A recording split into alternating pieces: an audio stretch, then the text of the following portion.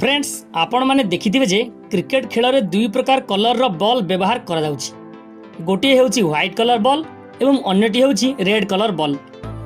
टी20 cricket और दिनिकिया cricket रे white ball रो use हेउतला बेले टेस्ट मैच रे रेड कलर बॉल रो व्यवहार करा जाय एवं नवेम्बर 2015 रु पिंक कलर बॉल रो व्यवहार मध्य होई सारिछि।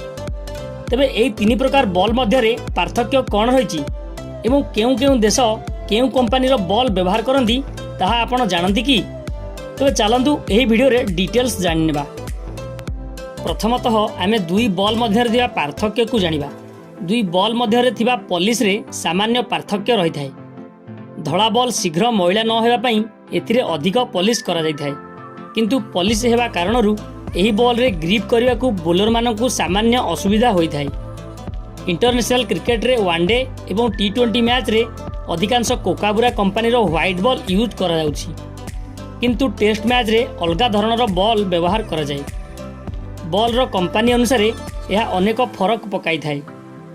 आपण जानि नेबा उचित जे कोकाबुरा ब्रांड रो लाल कलर बॉल गुड़िक अधिकांश Australia, south Africa, New Zealand, Pakistan एवं श्रीलंका रे व्यवहार करा जाउछि, जेतेबेले कि आम देश इंडिया रे 1994 मसीहा ठारू निज देश रे तैयारी एसजी ब्रांड रो बॉल व्यवहार करा जाउछि एवं इंग्लैंड और वेस्टइंडीज रे ड्यूक ब्रांड रो बॉल व्यवहार करा जाउछि। जानि नियंतु जे ड्यूक बॉल रो सीम सामान्य ऊपर को उठी रही थाए एवं एही कारणरू पेस बॉलर को एही बॉल रे अधिक सीम और स्विंग करने को सहज होई थाए।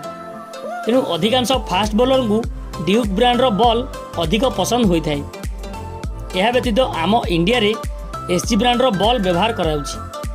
एसजी बॉल रो सीम ड्यूक एवं कोकाबुरा बॉल अपेक्षा सामान्य दबी रही थाए। यार सीम दबी रही कारणरू यह पेस बॉलर अपेक्षा बैट्समैन मानकु और स्पिनर मानकु अधिक सुविधा देई थाए।